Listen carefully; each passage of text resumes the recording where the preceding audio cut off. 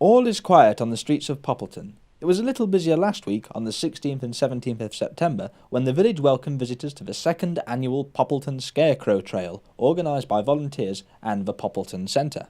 Well, this is our second year of holding the Scarecrow Trail here in Poppleton.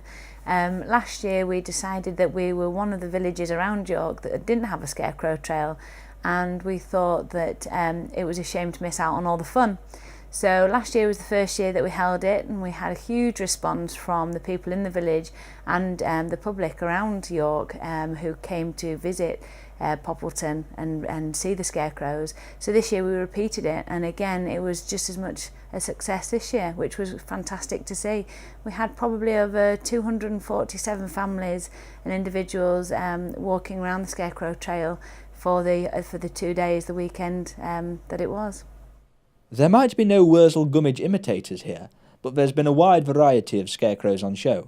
This year we had a huge variety of scarecrows. We had Fantastic Mr. Fox, we had the Emojis movie, we had a Mr. Men, we had Mary Poppins, a musical scarecrow, and massive amounts of witch. Trying to think what else. The year before we had an entire Viking boat on somebody's lawn, so you never know what you're going to see. Each of the scarecrows are made by residents or businesses in the village. They spend a lot of time and effort and energy building these scarecrows just to be part of this community event, and we're very appreciative of that, obviously. But it's great fun, really great fun, and we all get slightly competitive, so it's great to see.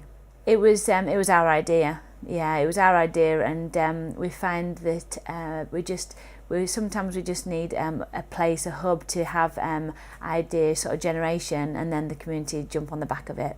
So we find that that's our job, to generate ideas and then get everybody involved. So there's huge enthusiasm for next year's already, which will fall on the 22nd of September. We're doing it a week later, so it gives the manic parents the chance to get the children settled back into school before having to think about what their scarecrow theme's going to be. The Poppleton Centre isn't only involved in scarecrow trails, of course. It also organises other community events. Well, the Poppleton Centre is a community centre in the heart of the village, and we run a lot of fundraisers and community events from the Poppleton Centre.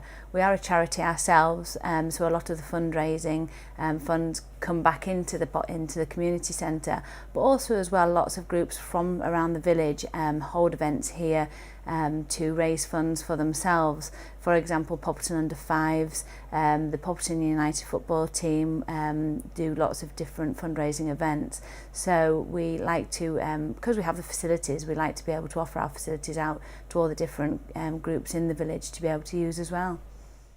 One might question the practical use of the scarecrows, as less than a week on, the crows have returned.